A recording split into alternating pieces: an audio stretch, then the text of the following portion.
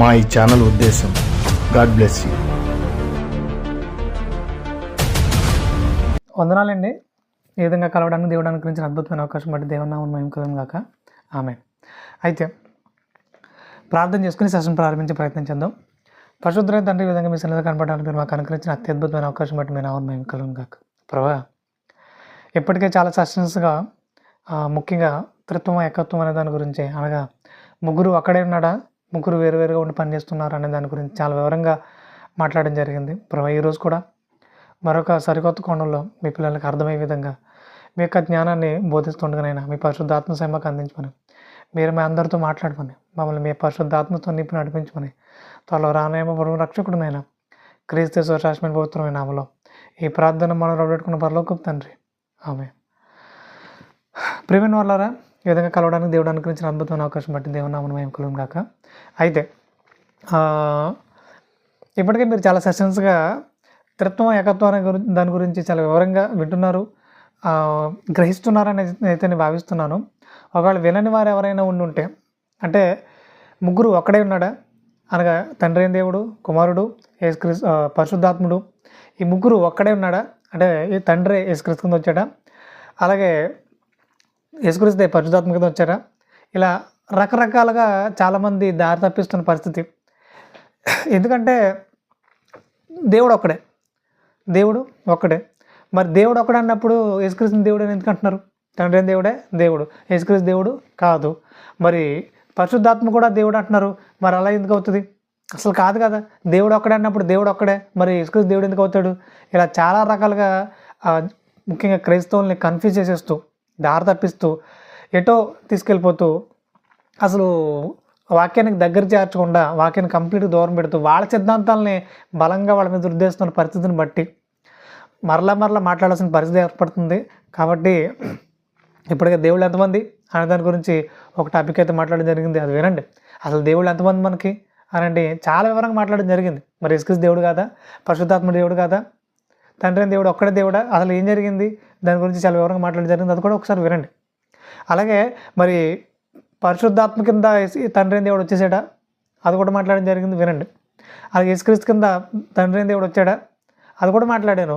ఎందుకు ఇవన్నీ ఇంత వివరంగా మాట్లాడాల్సిన పరిస్థితి ఎందుకు ఏర్పడింది అని అంటే, చాలామంది వాక్యాన్ని వక్రీకరించేస్తున్నారు కాబట్టి మాట్లాడాల్సి వస్తుంది. లేదంటే మీకు వాక్యం బాగా అర్థమైతే, ప్రతి ఒక్కళ్ళు బైబిల్ చదువుతూ వాక్యాన్ని సరిగ్గా అర్థం చేసుకోగలిగితే ఇంత వివరంగా ఇంత విభజించి ఉపదేశించాల్సిన పరిస్థితి ఎందుకు ఏర్పడుతుంది? చాలామందికి అర్థం కావట్లేదు, అసలు ముందు బైబిలే చదవట్లేదు. అలా బైబిల్ చదవకుండా ఎవడేం చెప్పారు అదే నిజం అనుకుంటున్నారు, అదే పందాలు వెళ్ళిపోతున్నారు. ముఖ్యంగా మనం నమ్ముకున్న దేవుని గురించి మనకు క్లారిటీ లేకుండా మనం నమ్ముకుని ప్రయోజనం లేదు, వాక్యం అదే చెప్తుంది, మనం నమ్ముకుని ప్రయోజనం లేదని. సో దాన్ని బట్టి మరొకసారి ఈరోజు మరొక కోణంలో, ముఖ్యంగా బైబిల్ గ్రంథంలో రక్షకులు ఎంతమంది అనే దాని గురించి చాలా వివరంగా మాట్లాడాలనుకుంటున్నాను. ఎందుకంటే చాలామంది దారి తప్పించిన పరిస్థితి ఏంటంటే, ఒక వచనం చూపిస్తాను మీకు. యెషయా గ్రంథం 43వ అధ్యాయం 3వ వచనం ఒకసారి చూడగలిగితే, యెహోవానగు నేను నీకు దేవుడను, ఇశ్రాయేలు పరిశుద్ధ దేవుడనైన నేనే నిన్ను రక్షించువాడను. ఎవరట? ఇశ్రాయేలు దేవుడైన పరిశుద్ధ దేవుడనైన నేనే నిన్ను రక్షించువాడను అంటున్నాడు. అంటే తండ్రి అయిన దేవుడే మనందరికి రక్షకుడు, యేసుక్రీస్తు రక్షకుడు కాదని చాలామంది వాదిస్తున్నారు. మరి ఈ సందర్భం ఎక్కడ రాయబడింది, ఆ సందర్భం ఎక్కడ రాయబడింది? ఇప్పుడు యేసుక్రీస్తు మనకు రక్షకుడు కాదా అని అంటే మనం బైబిల్ లోతులోకి వెళ్ళాలి, బైబిల్ బాగా పరిశీలించాలి. ఇప్పుడు ఈయన ఎవరు రక్షకుడట? ఇశ్రాయేలు పరిశుద్ధ దేవుడినైనా నేనే మీ రక్షకుడిని అని అంటున్నాడు. అంటే అందరికీ పైగానున్న తండ్రి అయిన దేవుడు ఒక్కడే, ఆయనే మనందరికి తండ్రి, మనందరికి దేవుడు అని ఎవరు నిర్ధారించారు? యేసుక్రీస్తు వారు నిర్ధారించారు. ఇప్పుడు మనం ఆయన దేవుడు కాదని ఎవరు చెప్పట్లే, ఆయన అందరికీ పైగా ఉన్న తండ్రి అయిన దేవుడు ఒక్కడే, ఆయనే దేవుడు, ఓకే రైట్.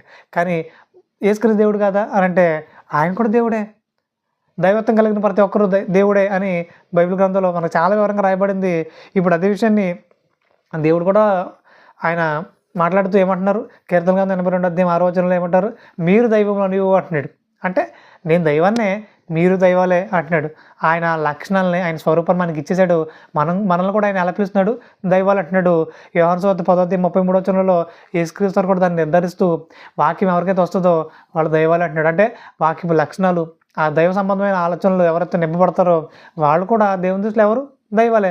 ముఖ్యంగా బైబిల్ గ్రంథం ఏం చెప్తుందంటే మనందరం కూడా దైవాలుగా మారితే తప్ప పరలోకం వెళ్ళమని చెప్తుంది. ఈ విషయాన్ని అంతటిని పక్కన పెట్టేశారు.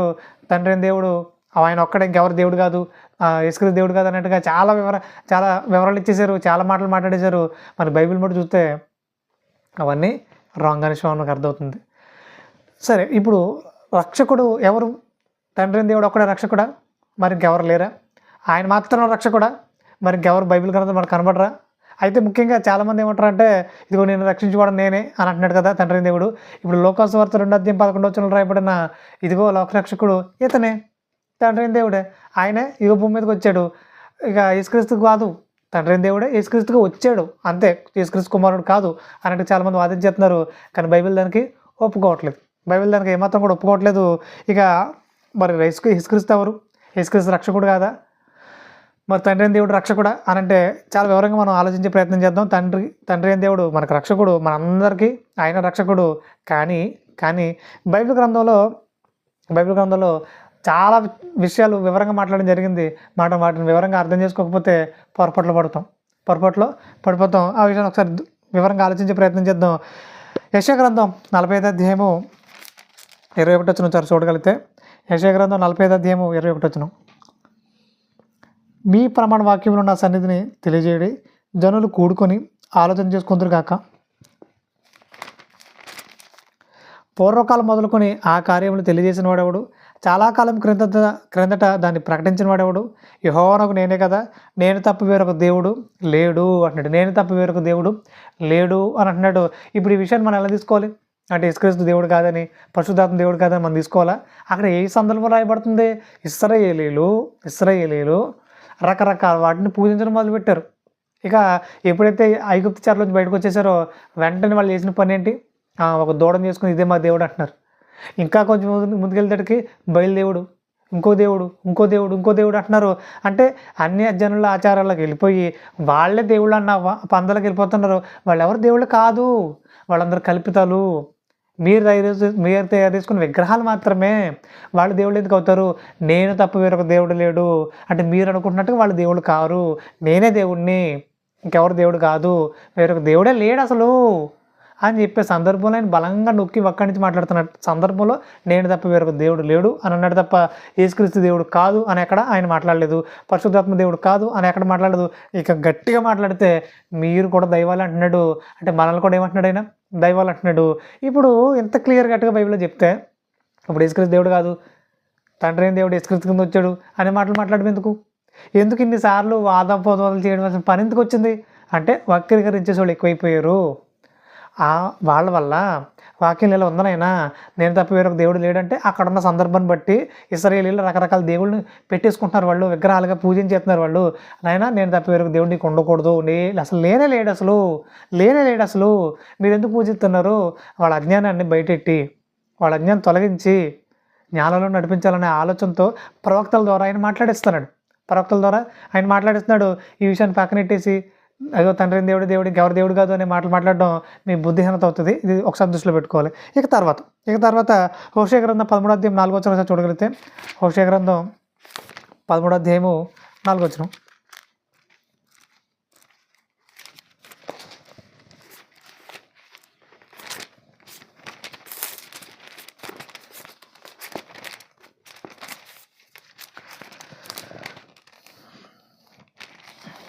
13:4 మీరు ఐగుప్తు దేశంలో నుండి వచ్చినది మొదలుకొని యెహోవానకు నేనే మీ దేవుడను, నన్ను తప్ప నీవు ఏ దేవుని ఎరుగవు, నేను తప్ప ఏ రక్షకుడును లేడు అంటున్నాడు. అంటే ఐగుప్తు చెర నుండి నేను రక్షించిన వాడిని నేనే అంటున్నాడు. అంటే నేను రక్షించడానికి ఒకరు లేడు, అసలు నేను రక్షించగలిగినంత సామర్థ్యం ఎవరికి లేదు. నేనే రక్షించాను మిమ్మల్ని, నేనే మీకు దేవుడిని. వేరు దేవుళ్ళు పెట్టుకోవడం కుదరదు మీకు. నేనే మీకు రక్షకుడు ఉండాలి, మిమ్మల్ని రక్షించుకుంటే ఎవరు లేడు అసలు. ఇంత పనిగట్టుకుని ఆయన ఆవేదన వ్యక్తం చేస్తున్నాడంటే దానికి కారణం ఏంటి? వాళ్ళు రకరకాల విగ్రహాలు పెట్టేసుకున్నారు, వాటిని పూజిస్తున్నారు. నువ్వే మమ్మల్ని రక్షించినోడు అంటున్నారు. ఇప్పుడు దూడ దగ్గర కూడా వాళ్ళు అదే మాటలు మాట్లాడతారు. ఏమని? ఇదిగో ఐగుప్తు నుంచి మమ్మల్ని ఇక్కడ వరకు రప్పించింది ఎవరు? ఈ దూడే అంటున్నారు. అంటే దూడలు కాదు నాయనా, రకరకాల విగ్రహాలు కాదు నేను మిమ్మల్ని రక్షించింది, నేనే మిమ్మల్ని రక్షించాను. ఆ చెరలోంచి మిమ్మల్ని రక్షించి బయటకు తీసుకొచ్చాను. ప్రతి చిన్న విషయంలో కూడా నేను మిమ్మల్ని రక్షిస్తున్నాను, కాపాడుతున్నాను అంటుని ఆయన ఆవేదన వ్యక్తం చేస్తున్నాడు. ఆ సందర్భంలో రాయబడిన మాట తప్ప రక్షకుడు ఒక్కడే. ఇదిగో తండ్రి అయిన దేవుడు రక్షకుడి కింద వచ్చాడు. లోకసువార్త 2:11 లోకరక్షకుడు ఈయనే, ఇంకెవరు కాదు అనే మాటలు మాట్లాడడం బుద్ధిహీనత అవుతుంది. యేసుక్రీస్తుని పంపించింది ఎవరు? తండ్రి అయిన దేవుడు. ముఖ్యంగా యేసుక్రీస్తుని పంపించక ముందు ఆయన చాలామంది రక్షకుల్ని పంపించాడు. అది కూడా ఒకసారి మనం పరిశీలించే ప్రయత్నం చేయాలి. ఆయన చాలామంది రక్షకుల్ని పంపించే ప్రయత్నం చేశాడు ఆయన. అది కూడా ఒకసారి మనం చూసే ప్రయత్నం చేద్దాం. న్యాయాధిపతుల గ్రంథం 3:9. న్యాయాధిపతుల గ్రంథం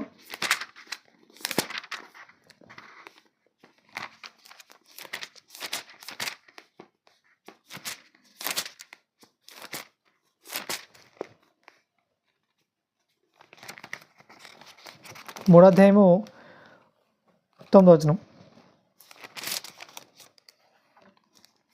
ఇశ్రాయేలీయులు యెహోవాకు మొర్రపెట్టగా యెహోవా కాలేబు తమ్ముడైన కనజు యొక్క కుమారుడగు ఒత్నియేలును రక్షకునిగా ఇశ్రాయేలీయుల కొరకు నియమించి వారిని రక్షించాను. ఎవరట? ఇక్కడ ఒత్నియేలు మనకు రక్షకుడిగా కనబడుతున్నాడు. అంటే ఇశ్రాయేలును రక్షించే రక్షకుడిగా ఒత్నియేలు మనకు కనబడుతున్నాడు. అంటే దేవుడే అతన్ని నియమించాడట, దేవుడే అతన్ని రక్షకుడిగా నియమించాడట. మరి ఇప్పుడు తండ్రి అయిన దేవుడు ఒత్నియేలు ఒకటే అని చెప్పాలి మనం? దేవుడు నియమించిన రక్షకుడు ఒత్నియేలు అని చెప్పాలా? వీళ్ళందరూ ముఖ్యంగా ఒత్నియేలు కానివ్వండి, ఇక తర్వాత మనకు చాలా సందర్భాలు మనకి ఇప్పుడు గిద్యోను కనబడతాడు, అలాగే సంసోను కనబడతాడు. వీళ్ళందరూ ఇశ్రాయేలుకి ఇవ్వబడిన రక్షకులు. వాళ్ళు చెరలో ఉన్నారట, ఆ చెరలోంచి బయటకు తీసుకురావడానికి వీళ్ళందరినీ దేవుడు రక్షకులుగా ఇచ్చాడట. అంటే చెరలో ఉన్న వాళ్ళందరిని రక్షించడానికి వాళ్ళని భౌతిక రక్షకుడుగా, అంటే చెరలో నుంచి రప్పించడానికి వీళ్ళని భౌతిక రక్షకులుగా, న్యాయాధిపతులుగా అక్కడ పెడుతున్నాడు. సమూయేలు ఒక రక్షకుడు. ఇలా వీళ్ళందరినీ రక్షకులుగా నియమించాడు. వీళ్ళు దేవుడు ఒకటే అనడం మన బుద్ధిహీనత అవుతుంది. సో అలా మనం మాట్లాడకూడదు. దేవుడే వీళ్ళని రక్షకులుగా నియమించాడట. వాళ్ళందరిని రక్షకులుగా నియమించి నేనా మీరు నా ప్రజలను రక్షించాలని వాళ్ళకి బాధ్యత అప్పగిస్తున్నాడు. అంతే తప్ప తండ్రి అయిన దేవుడు రక్షకుడు అని రాయబడింది, ఇక ఇక్కడ కూడా ఒత్నియేలు రక్షకుడు అని రాయబడింది.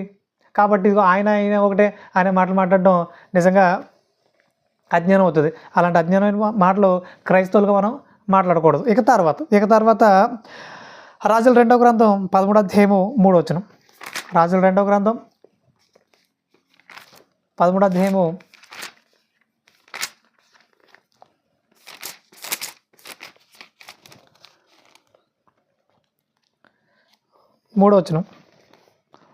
కాబట్టి యెహోవా కోపము ఇశ్రాయేలు వారి మీద రగులు కొనగా ఆయన సిరియా రాజైన హజాయేలు దినములన్నిటను హజాయేలు కుమారుడైన బెన్హదద్ దినములన్నిటను ఇశ్రాయేలు వారికి అప్పగించాను. అయితే యెహోయాహాజు యెహోవాను వేడుకొనగా యెహోవా సిరియా రాజు చేత బాధనందున ఇశ్రాయేలు వారిని కనికరించి అతను మనం అంగీకరించను. కావున యెహోవా ఇశ్రాయేలు వారికి ఒక రక్షకుడు అనుగ్రహింపగా, ఒక రక్షకుని అనుగ్రహింపగా అన్నాడు. అంటే వారందరిని రక్షించడానికి ఒక రక్షకుడిని దేవుడు అనుగ్రహించాడట, దేవుడు నియమిస్తున్నాడట. ఈ విషయాన్ని అంతటినీ మర్చిపోయి ఇప్పుడు ఆ రక్షకుడు తండ్రి అయిన దేవుడు ఒకటే అన్నట్టుగా మాట్లాడితే ఇంకేమనాలి అసలు? దేవుడు కొంతమంది రక్షకుల్ని నియమిస్తూ వచ్చాడు ఇశ్రాయేల్ కోసం. ఈ తర్వాత వీళ్ళందరూ భౌతికంగా చెరలో ఉన్న వారిని రక్షించడానికి వచ్చిన రక్షకులైతే మరి ఆత్మ విషయమై పాపాలతో కట్టబడి బంధించబడి ఇంకెప్పటికీ ఆ చెరలోంచి బయటకు రాలేని పరిస్థితులు ఉన్నారు చాలామంది. వాళ్ళని రక్షించడానికి యేసుక్రీస్తు వారిని ఒక రక్షకుడిగా భూమి మీద పంపించాడు దేవుడు.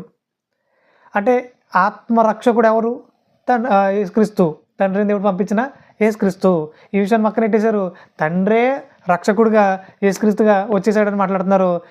ఎన్నిసార్లు చెప్పినా మీరు అదే పంత కొనసాగిస్తే మీకు పాతాళం కన్ఫర్మ్.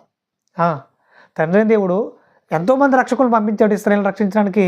ఇప్పుడు తండ్రి అయిన దేవుడే యేసుక్రీస్తుని కూడా పంపిస్తున్నాడు ఏ విధంగా రక్షించమని.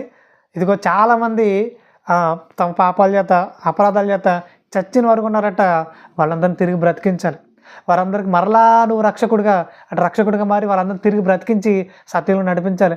మరలా నా దగ్గర తీసుకురావాలి. నువ్వు అలా తీసుకురావడానికి ఆ చెర నుంచి విడిపించడానికి నిన్ను నేను పంపిస్తున్నాను ఆయన అని తండ్రి అయిన దేవుడు యేసుక్రీస్తుని తన కుమారునిగా ఈ భూమి మీద పంపించాడు.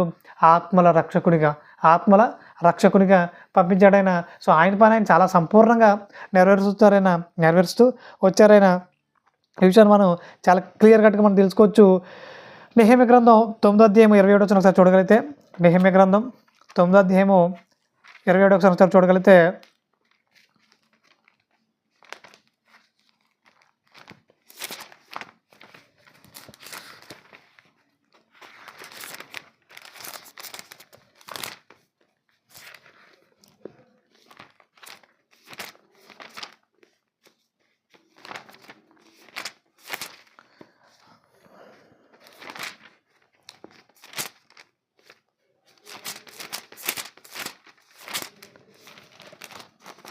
నెహెమ్యా గ్రంథం 9వ అధ్యాయం 27 వచనం.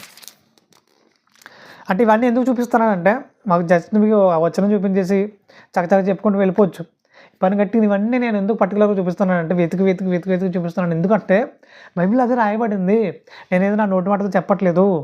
అవన్నీ మీకు క్లియర్ కట్గా చూపించాలి, మీకు కూడా అర్థం కావాలన్న ఆలోచనతోటే నేను పనిగట్టుకుని వచనాలను తీసి ఇవన్నీ పేపర్లు తిరిగేసి మాట్లాడడానికి కారణం అది. నేనేది నా నోటి మాటతో చెప్పట్లేదు, ఉంది బైబిల్లో ఉంది, దేవుడు రాయించాడని. నెహెమ్యా గ్రంథం 9వ అధ్యాయం 27 వచనంలో ఆ మాట రాయబడింది. ఏమని? నెహెమ్యా గారు అప్పటికే చెరలో ఉన్నాడు. ఆ చెరలో నుంచి ఇప్పుడు గోడ కట్టడానికి, ఇశ్రాయేల్ గోడ పడిపోయిందట, అది కట్టడానికి వచ్చాడు. అప్పుడు ఆయన చేస్తున్న ప్రార్థన ఎలా ఉందంటే నెహెమ్యా గ్రంథం 9వ అధ్యాయం 27 వచనం. అందుచేత నీవు వారి శత్రువుల చేతికి అప్పగించితివి. ఆ శత్రువులు వారిని బాధింపగా శ్రమకాలమందు వారు నీకు మొర్ర పెట్టినప్పుడు ఆకాశమందుండి నీవు ఆలకించి వారి శత్రువుల చేతిలో నుండి వారిని తప్పించుటకై నీ కృపా సంపత్తిని బట్టి వారికి రక్షకులను దయచేసితివి అంటున్నాడు. అంటే దేవుడు చాలామంది రక్షకుల్ని ఇశ్రాయేలు వారికి దయచేసాడట, వారిని పంపించాడట. అంటే దేవుడు రక్షకులను పంపించాడు, రక్షకుడుగా ఉండి వీళ్ళందరిని రక్షించడానికి రక్షకులను పంపించాడు. ప్రధాన రక్షకుడు ఎవరు?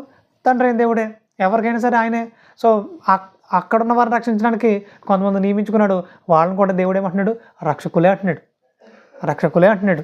కాబట్టి ఇలా వాళ్ళు ఒకటే అని చెప్పేసి ఇప్పటికీ అనుకోవద్దు. తండ్రి దేవుడు రక్షకుడే, ఆయన స్థాయి అయిందే. మనల్ని కూడా రక్షకులుగా పంపించాడు. కనుక చాలామంది ప్రవక్తలు పంపించాడు, చాలామందిని రక్షించారు. వాళ్ళు న్యాయాధిపతులు పంపించాడు. వాళ్ళు కూడా చాలామందిని చెరలోంచి రక్షించారు. వాళ్ళు కూడా దేవుడు ఏమంటున్నాడు? రక్షకులే అంటున్నాడు. ఎక్కడైనా ఈగో ప్రాబ్లం చూపించట్లేదు. చాలామంది నేనే నాలా ఎవరు ఉండకూడదు అనుకుంటారు. అలాగే ఎక్కడైనా మాట్లాడలేదు. ఆయన రక్షకుడట. మనల్ని కూడా ఆయన ఎవరు పిలుస్తున్నాడు? ప్రవక్తను కూడా వాళ్ళు పిలుస్తున్నాడు, రక్షకులని పిలుస్తున్నాడు. ఎక్కడ ఆయన గర్వంగా ప్రవర్తించట్లేదు, గర్వంగా మాట్లాడట్లేదు. మనల్ని కూడా ఏమంటున్నాడు? రక్షకులే అంటున్నాడు. ఇక తర్వాత రక్షకులను పంపించితివి అని అంటున్నాడు. అంటే చాలామంది రక్షకులు వచ్చారనే విషయం మనకు అర్థమవుతుంది. రక్షకుడు ఒకడు కాదు, చాలామంది ఉన్నారనే విషయం మనకు అర్థమవుతుంది. ఇక తర్వాత ఇర్మియా గ్రంథం 31 అధ్యాయం 31 వచనంలో క్రొత్త నిబంధన చేయి దినములు వస్తున్నాయి అంటున్నాడు. అంటే ఇప్పుడు క్రొత్త నిబంధనలో రక్షకుడు మనకు ఎవరు కనబడుతున్నాడు? యేసుక్రీస్తు వారు కనబడుతున్నారు. యేసుక్రీస్తు వారు మనందరికి రక్షకుడిగా మనకు కనబడుతున్నాడు.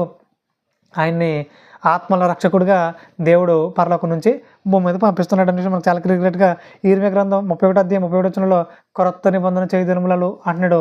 ఆ దినముల్లో యేసుక్రీస్తు రక్షకుడిగా పంపించాడు. ఇక అపొస్తల కార్యాలు 5వ అధ్యాయం 29 వచనాలు చూడగలిగితే, అపొస్తల కార్యాలు 5వ అధ్యాయం 29.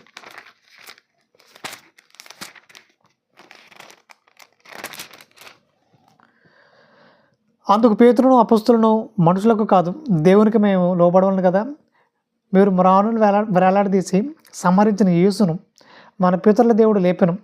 ఇశ్రాయేలులకు మారుమనసును పాపక్షమాపణ దయచేయుటకై దేవుడు ఆయనను అధిపతినిగాను రక్షకునిగాను తన దక్షిణహస్త బలము చేత హెచ్చించి ఉన్నాడు అంటున్నాడు.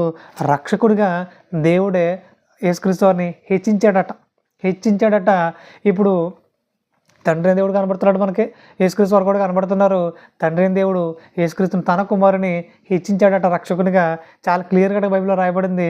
మరలా తండ్రి దేవుడే కుమారుడిగా రక్షకుడిగా వచ్చేసాడనే మాటలు ఎవరు మాట్లాడడానికి వీల్లేదు. ఇక తర్వాత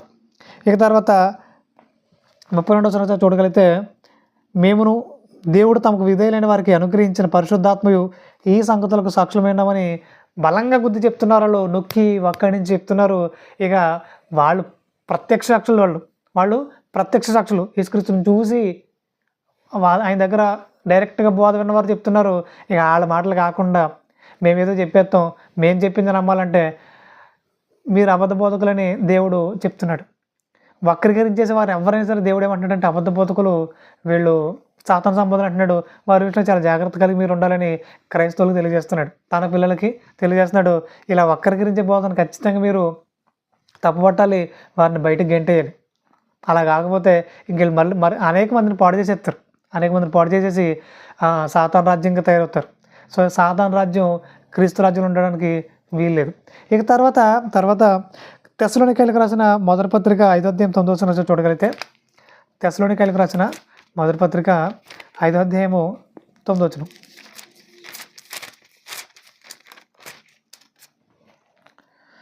ఎందుకనగా మన ప్రభువైన అయిన యేసుక్రీస్తు ద్వారా రక్షణ పొందుటకే దేవుడు మనల్ని నియమించను కానీ ఉగ్రత పాలుటకుడు నియమింపలేదు అంటున్నాడు.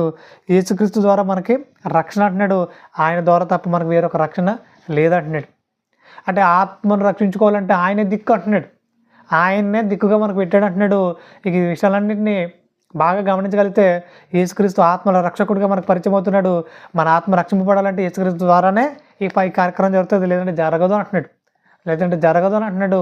కాబట్టి విషయం దృష్టిలో పెట్టుకోవాలి. ఇక తర్వాత యోహాను రాసిన మొదటి పత్రిక 4వ అధ్యాయం 14వ వచనం చూడగలిగితే, యోహాను రాసిన మొదటి పత్రిక 4వ అధ్యాయము 14వ వచనం.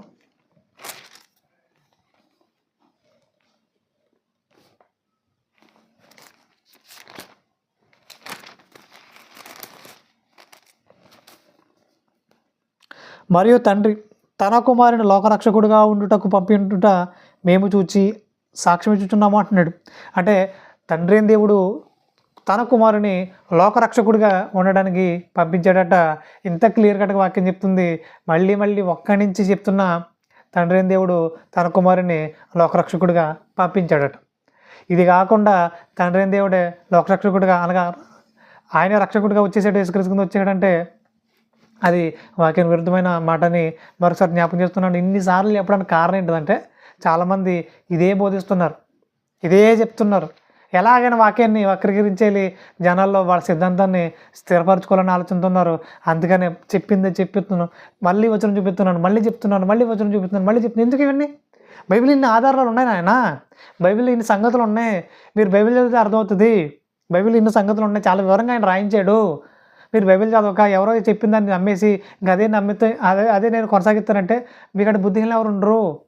అర్థం చేసుకోండి, జ్ఞానంలోకి రండి అని చాలా వివరంగా మీకు వాక్యాన్ని బట్టి తెలియజేస్తూ ఉన్నాను. ఇక తర్వాత యోహాను సువార్త 3వ అధ్యాయం 16వ వచనంలో కూడా చాలా క్లియర్గా దేవుడు మాట్లాడుతున్నాడు. దేవుడు లోకమును ఎంతో ప్రేమించనని మాట్లాడుతూ, దేవుడు లోకమును ఎంతో ప్రేమించనని మాట్లాడుతూ అక్కడ ఒక మాట మనకు తెలియజేస్తారు. ఆయన దేవుడు లోకమును ఎంతో ప్రేమించను కాగా ఆయన తన అద్వితీయ కుమారునిగా పుట్టిన వాని యందు విశ్వాసం నుంచి ప్రతి వాడు నశింపక నిత్య జీవం పొందినట్లు ఆయనను అనుగ్రహించినట్టున్నాడు. ఎవడు నశించిపోకూడదట, అందరూ రక్షింపబడాలట. అలా రక్షింపబడాలని దేవుడు ఆయన్ని అనుగ్రహించాడట. ఇక తర్వాత లోకము తన కుమారుని ద్వారా రక్షణ పొందుటకే కానీ లోకంలోకి తీర్పు తెచ్చుటకు దేవుడు ఆయనను లోకంలోనికి పంపలేదు అంటున్నాడు. కాబట్టి ఆయన కుమారుని ద్వారానే మనకు రక్షణ అంటే మరొకసారి ఆయన కన్ఫర్మ్ చేస్తున్నాడు. ఇక తర్వాత తిమోతికి రాసిన మొదటి పత్రిక 1వ అధ్యాయము 10వ వచనం ఒకసారి చూడగలిగితే, తిమోతికి రాసిన మొదటి పత్రిక 1వ వచనం.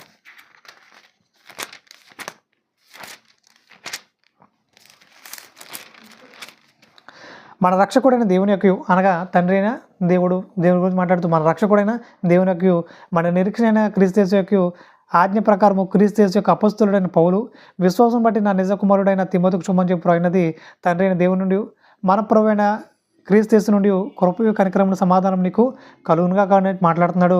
ఇక మన రక్షకుడైన దేవుని యొక్క అని అంటున్నాడు. అంటే తండ్రి దేవుడు మనకు రక్షకుడుగా ఉన్నాడు, ఆయన పంపించిన కుమారుడు కూడా మనకు రక్షకుడని మరొకసారి అయినా మాట్లాడుతున్నాడు. ఇక తర్వాత తీతుకు రాసిన పత్రిక 3వ అధ్యాయము 4వ వచనం చూడగలిగితే, తీతుకు రాసిన పత్రిక 3వ అధ్యాయము 4వ వచనం. మన రక్షకుడైన దేవుని యొక్క దయయు మానవుడల ఆయనకున్న ప్రేమయు ప్రత్యక్షమైనప్పుడు మనము నీతిని అనుసరించి చేసిన క్రియల మూలంగా కాక తన కనికరం చొప్పుననే పునర్జన్మ సంబంధమైన స్నానం ద్వారాను పరిశుద్ధాత్మ మనకు నూతన స్వభావం కలుగు చేయడం ద్వారాను మనను రక్షించను అంటున్నాడు. పరిశుద్ధాత్మను కూడా ఇక్కడ ఏమంటున్నాడు? రక్షకుడు అంటున్నాడు. పరిశుద్ధాత్మ ద్వారా మనల్ని రక్షిస్తున్నాడట. ఇప్పుడు తండ్రి దేవుడు రక్షకుడిగా మనకు కనబడుతున్నాడు, యేసుక్రీస్తు వారు రక్షకుడుగా మనకు కనబడుతున్నాడు, పరిశుద్ధాత్మ దేవుడు కూడా మనకి రక్షకుడిగా కనబడుతున్నాడు. సో ముగ్గురు కూడా మనకు రక్షకులుగా కనబడుతున్నారు. ఇక తర్వాత యూద పత్రిక మొదటి అధ్యాయము 24 వచనంలో అక్కడ కూడా యూద గారు మాట్లాడుతూ, తొట్టిల్లకుండా మిమ్మల్ని కాపాడుటకును తన మహిమ ఎదుట ఆనందంతో మిమ్మల్ని నిర్దోషులుగా నిలబెట్టుటకును శక్తిగల మన రక్షకుడైన అద్వితీయ దేవునికి మన ప్రభు అయిన యేసుక్రీస్తు ద్వారా మహిమయు మహత్యమును ఆధిపత్యమును అధికారమును యుగయుగములకు పూర్వమును ఇప్పుడును సర్వయుగములను కలుగునుగాక ఆమేన్ అంటున్నాడు. ఇక్కడ యేసుక్రీస్తు వారిని కూడా రక్షకుడుగా అభివర్ణిస్తూ మాట్లాడుతున్నాడు. ఆయన అద్వితీయ కుమారుడుగా ఆయన మాట్లాడుతున్నాడు. అంటే యేసుక్రీస్తు వారు మనకు రక్షకుడుగా కనబడుతున్నాడు, తండ్రి దేవుడు రక్షకుడుగా కనబడుతున్నాడు, పరిశుద్ధాత్మ దేవుడు మనకు రక్షకుడుగా కనబడుతున్నాడు. ఇక చివరిగా కొరింథీయులకు రాసిన మొదటి పత్రిక 9వ అధ్యాయం 22వ వచనం చూడగలిగితే, కొరింథీయులకు రాసిన మొదటి పత్రిక 9వ అధ్యాయం 22వ వచనం,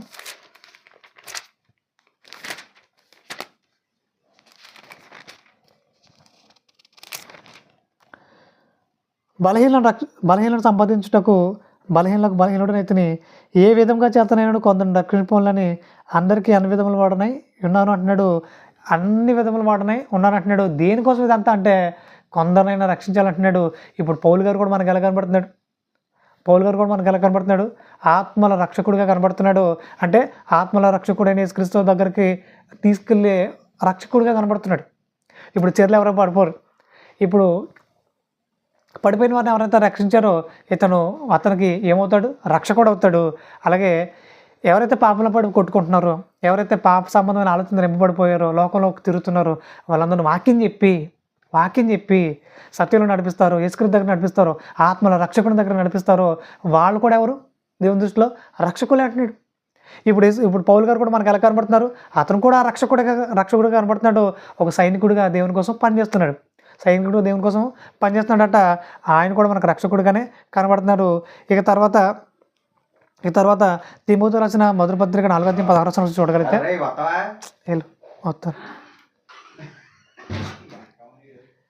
తిమోతికి రాసిన మొదటి పత్రిక 4వ అధ్యాయం 16వ వచనం చూడగలిగితే,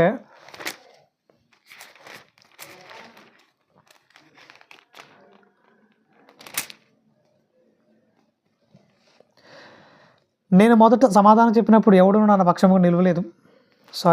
మొదటి పత్రిక 4వ అధ్యాయం 16వ వచనం. రైట్. నిన్ను గురించి నీ బోధన గురించి జాగ్రత్త కలిగి ఉండము, వీటిలో నిలకడకుండము. నీవు ఎలాగ చేసి నిన్ను నీ బోధ వినివారిని రక్షించుకుందు అంటున్నాడు. అంటే తిమోతి గారు కూడా మనకు కనబడుతున్నారు, రక్షకుడుగానే కనబడుతున్నారు.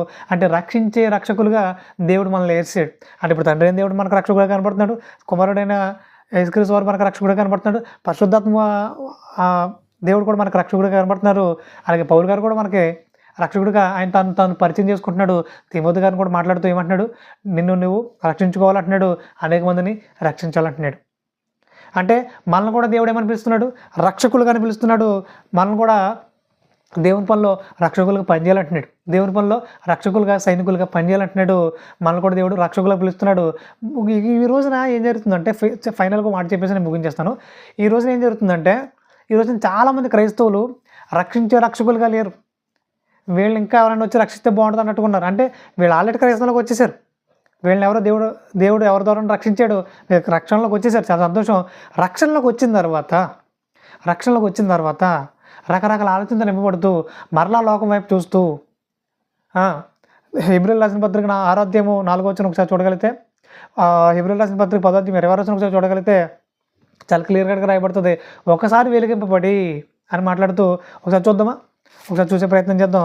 ఈరోజు చాలామంది క్రైస్తవులు ఎలా ఉన్నారంటే హెబ్రీయులకు రాసిన పత్రిక 6వ అధ్యాయం 4వ వచనం చూడగలిగితే, ఒకసారి వెలిగింపబడి పరలోక సంబంధమైన వరమును రుచి చూచి పరిశుద్ధాత్మల పాలివారై దేవుని దివ్యవాక్యమును రాబో యుగ సంబంధమైన శక్తుల ప్రభావమును అనుభవించిన తర్వాత తప్పిపోయిన వారు అని అంటున్నాడు. తమ విషయంలో దేవుని కుమారుని మరలా సిలువ వేస్తున్నారట, బాహాటంగా ఆయనని అవమానపరుస్తున్నారట. కనుక మారు మనసు పొందినట్లు అట్టి వారిని మరలా నూతనపరచుట అసాధ్యం అంటున్నాడు. ఈ రోజున చాలామంది ఇలానే తయారవుతున్నారు. వెలిగింపబడ్డారట, పరలోక సంబంధమైన వరాలు రుచి చూచారంట, పరిశుద్ధాత్మలు పాలువారయ్యారట. మరి వీళ్ళు రక్షకులుగా తయారైపోవాలి, దేవుని పనులు బలంగా వాడబడాలి. అలాంటిది మరలా లోక సంబంధంగా మారిపోతున్నారట, తప్పిపోతున్నారట. ఎందుకు తప్పిపోతున్నారు ఆయన మీరు అని అంటే సరైన ఫీడ్బ్యాక్ లేదు. అంటే ప్రతిరోజు వాక్యం చదవట్లేదు, ప్రతిరోజు వాక్యం వినట్లేదు, ప్రార్థనలో గడపట్లేదు. ఎప్పుడైతే ఈ 3 జరగవో మన జీవితంలో ఆటోమేటిక్గా మరలా సాతాను లాగేసుకుంటాడు. మరలా రక్షకులుగా ఆ స్థాయి నుంచి, మనం రక్షించే రక్షకులుగా ఉండాల్సిన స్థాయి నుంచి మళ్ళీ ఇంకా ఈరోజు చాలామంది ఎలా అయిపోయారు ఎవరైనా వీళ్ళని వచ్చి రక్షిస్తే బాగుండు అనే ఆలోచనలో ఉన్నారు. అంటే మరలా ఆ చిక్కులోకి వెళ్ళిపోయారనమాట, మరలా ఆ నీచమైన ఆలోచనలకు వెళ్ళిపోయారనమాట. ఒకవేళ అలాంటి వారు ఎవరైనా ఈ వాక్యం వింటున్నట్లయితే ఖచ్చితంగా ఈరోజు ఒక మంచి ఆలోచన తీసుకోండి, ఒక మంచి నిర్ణయం తీసుకోండి. ప్రభా, ఇంతవరకు మీరు మమ్మల్ని రక్షించారు, మంచిదే, రక్షణలోకి వచ్చాం, చాలా సంతోషం. కానీ ఆ రక్షణ మళ్ళీ పోగొట్టేసుకుని ఇవో వ్యర్థమైన ఆలోచనలకు వెళ్ళిపోయాం, నీచమైన ఆలోచనలకు వెళ్ళిపోయాం. ఇప్పుడు మేము రక్షకులుగా లేం ప్రభా, మమ్మల్ని ఎవరైనా వచ్చి రక్షిస్తే బాగుండు అనే ఆలోచనలో ఆ పందాలకు వెళ్ళిపోయాం, ఆ పరిస్థితులకు వెళ్ళిపోయాం. ప్రభా మమ్మల్ని క్షమించండి, నిజంగా ఐఎమ్ రియల్లీ సారీ ప్రభా, మమ్మల్ని క్షమించండి మీ చిత్తమైతే. ఈ ఒకసారికి మమ్మల్ని కరికరించి ప్రభా, మరలా మమ్మల్ని రక్షించి, మరలా అపవాది చారులోంచి మమ్మల్ని రక్షించి సత్యంలో నడిపించి, ఇక మీదట ప్రతిరోజు వాక్యం వింటాను, వాక్యం చదువుతాను, ప్రార్థన చేసుకుంటాను, బలంగా నేను ముందు కొనసాగుతాను. నేను కూడా ఒక రక్షకుడిగా మారిపోతాను, అనేకులను రక్షించే రక్షకుడిగా నేను మారిపోతాను, అనేకుల కొరకు ప్రాణార్పణంగా పోయబడతానని ఒక బలమైన నిర్ణయం మీలో రావాలి. అలా రావాలని దేవుడి మీ దగ్గర ఆ ఆలోచన కోరుకుంటున్నాడు. మరి ఎప్పుడు ఆయనకి ఈ ఆలోచన ఇస్తాం మనం?